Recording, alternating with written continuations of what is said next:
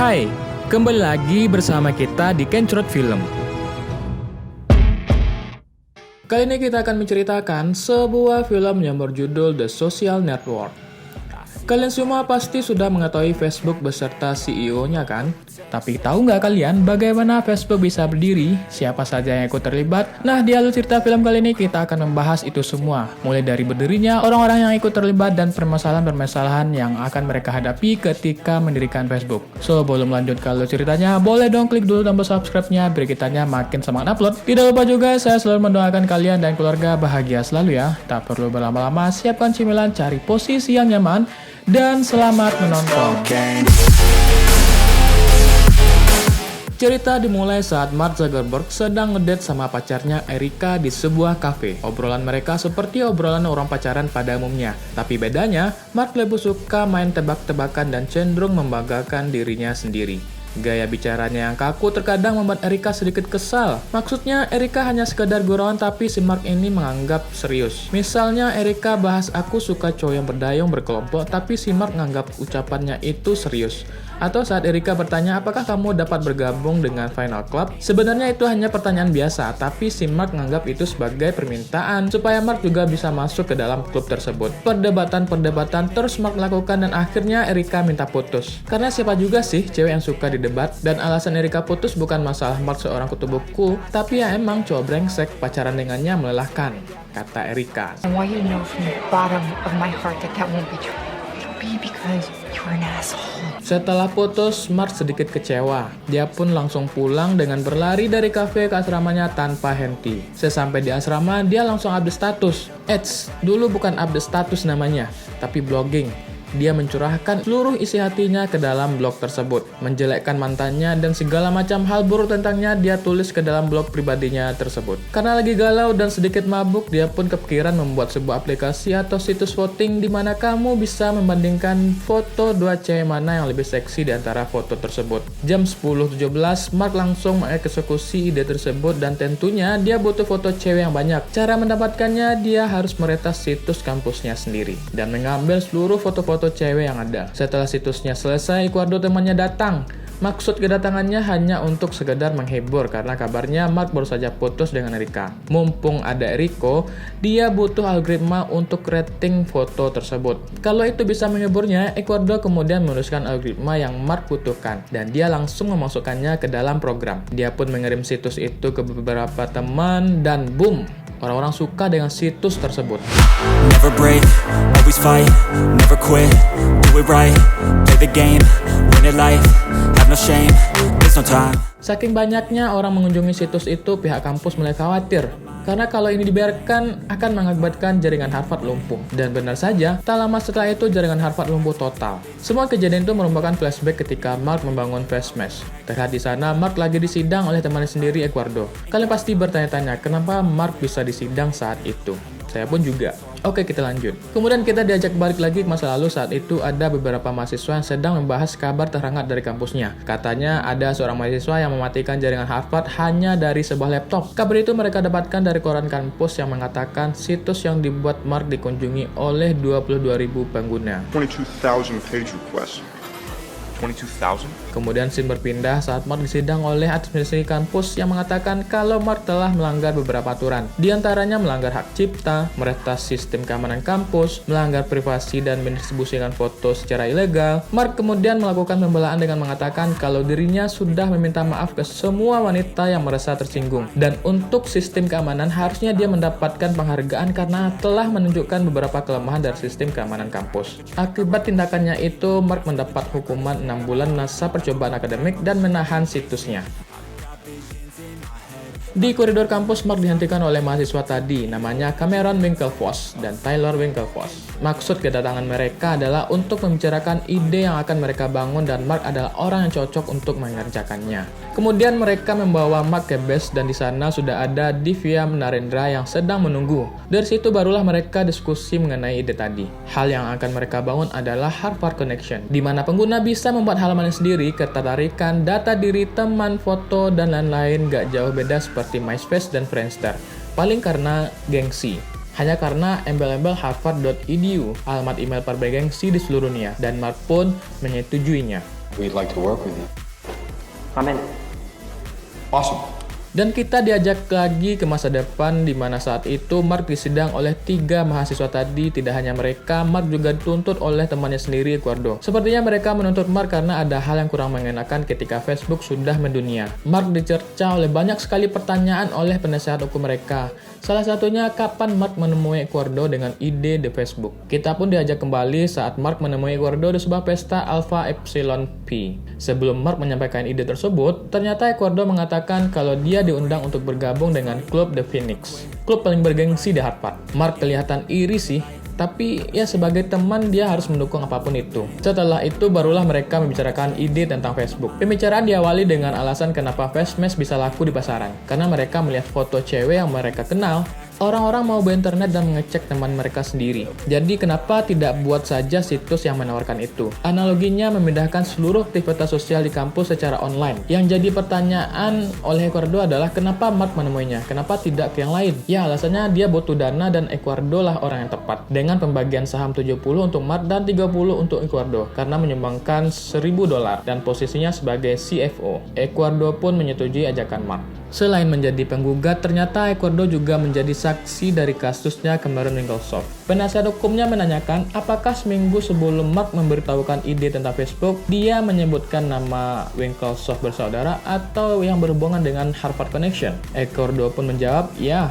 Mark mengatakan kalau mereka mengajaknya bekerja di situs yang akan mereka bangun. Tapi Mark melihat situs yang mereka bangun itu tak sebanding dengan waktunya. Kemudian scene berpindah saat Mark mulai membangun situsnya sendiri yaitu Facebook. Mulai dari homepage, login, semuanya dia kerjakan sendiri. Bahkan saat di kelas pun dia tetap melanjutkan codingannya.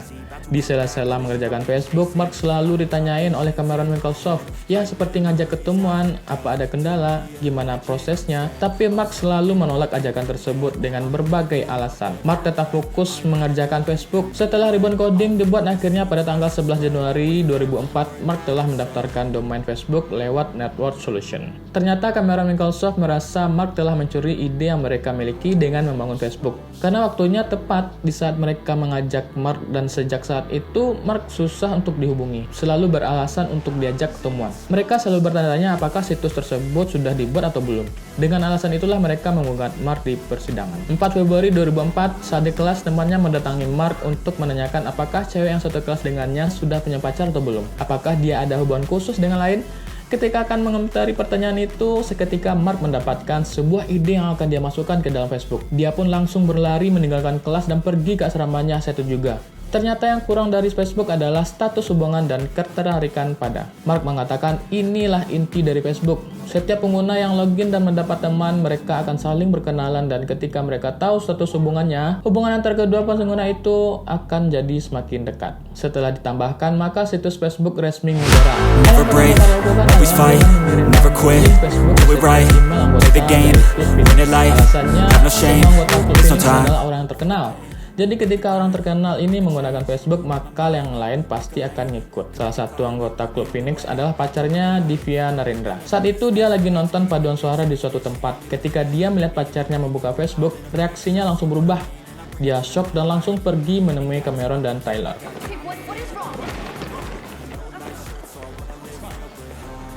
Mereka bertiga langsung panik karena merasa situsnya telah dicuri oleh Mark. Mereka bahkan berniat untuk memukuli Mark, tapi untung saja Cameron menolak karena dia merasa itu tak perlu dilakukan. Dan dia adalah orang-orang terhormat di Harvard, jadi menurutnya tak perlu pakai kekerasan. We're gentlemen of Harvard. This is Harvard, where you don't plant stories and you don't sue people. Setelah Facebook mengudara dan telah mendapatkan 4.000 pengguna, Mark berniat untuk memperluas jangkauan. Dia pun mulai membentuk tim.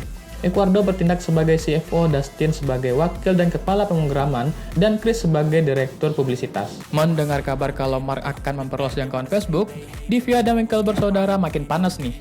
Mereka berniat untuk menuntut Mark atas pencurian hak intelektual dan meminta situsnya segera ditutup. Lagi-lagi Cameron menolak melakukan itu. Dia masih mencari cara yang lebih elegan untuk menyerang Mark. Kemudian saudaranya Tyler teringat dengan aturan yang ada di buku panduan mahasiswa. Berdasarkan hal tersebut, dia mau mengadukan tindakan Mark ke rektor Harvard dan meminta bantuannya.